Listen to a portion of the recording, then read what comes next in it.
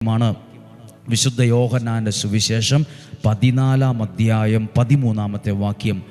നിങ്ങൾ എൻ്റെ നാമത്തിൽ ആവശ്യപ്പെടുന്നതെന്തും പിതാവ് പുത്രനിൽ മഹത്വപ്പെടാൻ വേണ്ടി ഞാൻ പ്രവർത്തിക്കും.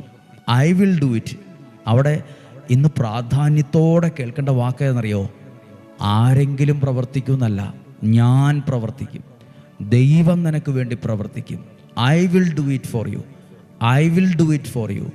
ദൈവം നിനക്ക് വേണ്ടി അത് പ്രവർത്തിക്കാൻ. അടുത്ത വാക്യം എന്നറിയാമോ?